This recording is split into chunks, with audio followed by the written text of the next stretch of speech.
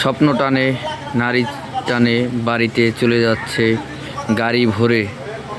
ঢাকা শহরে এতদিন যাবৎ থেকে গার্মেন্টস ফ্যাক্টরিতে টাকা পয়সা কষ্ট উপার্জন করে সংসারের আসবাবপত্র মাল জিনিস তৈরি করছে। সংসার সুখে হয়, সুখ শান্তি জন্য। দেখুন গাইস, ঢাকা শহরে কষ্ট উপার্জন করে সঞ্চয় করছে মাল সাবানা, খাট, ওয়ারড্রোব, চৌকি, ড্রেসিং টেবিল, সোফা। জীবনের সঞ্চয় করছে। বেঁচে থাকতে গেলে জীবনে দরকার হয়। দেখুন